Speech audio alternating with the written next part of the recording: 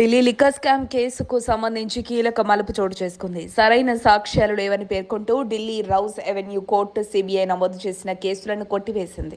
ఈ కేసులో నిందితులుగా ఉన్న సుమారు 20 మందిని కోర్టు నిర్దోషులుగా ప్రకటించింది.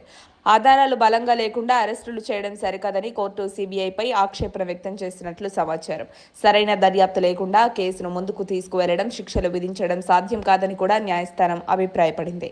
ఈ కేసులో 2023 ఎన్నికలకు ముందు అరెస్ట్ అయి 166 రోజుల పాటు తీహార్ జైల్లో ఉన్న కల్వకుంట్ల కవితకు కూడా కోర్టు ఉపశమనం లభించింది. దీంతో ఆమెపై ఉన్న ఆరోపణలు నిలబడలేదని తేలింది. అయితే తీర్పు వెలువడిన తర్వాత రాజకీయ వర్గాల్లో కొత్త చర్చ మొదలైంది. ముఖ్యంగా మాజీ సీఎం కేసీఆర్ ఈ అంశంపై ఇంకా బహిరంగంగా స్పందించకపోవడం చర్చనీయాంశంగా మారింది. తన కూతురికి అనుకూలంగా కోర్టు తీర్పు వచ్చినప్పటికీ ఆయన మౌనం పాటించడం వెనుక కారణాలేమిటన్న ప్రశ్నలు వినిపిస్తున్నాయి. ఇదే సమయంలో బీఆర్ఎస్ వర్కింగ్ ప్రెసిడెంట్ కేటీఆర్ మాత్రం స్పందిస్తూ కోర్టు తీర్పుతో కవితకు న్యాయం జరిగిందని పేర్కొన్నారు. బీఆర్ఎస్ పై నమోదైన కేసులు రాజకీయ ప్రేరితమని వ్యాఖ్యానించారు. గతంలో కవిత జైల్లో ఉన్నప్పుడు కేటీఆర్, హరీష్ రావు ఆమెకు న్యాయం జరిగేలా ప్రయత్నించిన సంగతి తెలిసిందే. ఇంకా ఒక కోణంలో చూస్తే కాళేశ్వరం కమిషన్ విచారణ సమయంలో కవిత చేసిన వ్యాఖ్యలు కూడా ఇప్పుడు చర్చకు వస్తున్నాయి. అప్పట్లో ఆమె హరీష్ రావుపై తీవ్ర వ్యాఖ్యలు చేయడం రాజకీయ వర్గాల్లో చర్చనీయాంశమైంది.